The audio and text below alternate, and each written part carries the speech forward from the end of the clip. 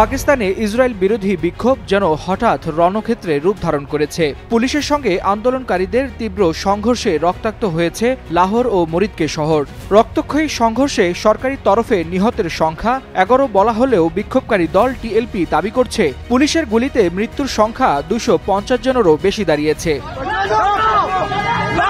গাজাবাসী ও ফিলিস্তিনিদের সমর্থনে ইসলামাবাদ অভিমুখে গাজা মার্চ শুরু করেছিল কট্টর ইসলামপন্থী সংগঠন তেহরিক ই লাব্বাইক পাকিস্তান টিএলপি। শুক্রবার লাহোর থেকে শুরু হওয়া মিছিল সোমবার সহিংসতায় রূপ নেয়। পুলিশ জনতাকে ছত্রভঙ্গ করতে টিয়ার গ্যাস ও গুলি চালালে পাল্টা আক্রমণ চালায় বিক্ষোভকারীরা।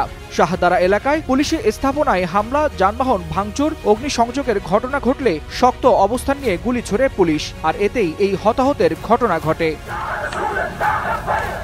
সংঘর্ষে আহত হয়েছেন শতাধিক পুলিশ সদস্য, নিহত হন এক পুলিশ কর্মকর্তা। এদিকে তেহরিক ই লাব্বাইক পাকিস্তান টিএলপির প্রধান হাফিজ সাদ হোসেন রিজভী গুলিবিদ্ধ হয়ে আশঙ্কা অবস্থায় হাসপাতালে চিকিৎসাধীন আছেন। সহিংসতার পর ইসলামাবাদে জরুরি বৈঠকে বসেছেন প্রধানমন্ত্রী শেহবাজ শরীফ। পাঞ্জাব জুড়ে মোতায়েন করা হয়েছে 1200-রও বেশি আধাসামরিক বাহিনী। বন্ধ রাখা হয়েছে ইন্টারনেট সংযোগ ও রাজধানীর সকল স্কুল। আফগানিস্তানের সাথে উত্তেজনার মধ্যেই নতুন করে অভ্যন্তরীণ রাজনৈতিক সংকটের মধ্যে পড়েছে শেহবাজ সরকার। ওয়ালিউল হাসানাত, যুগান্তর নিউজ।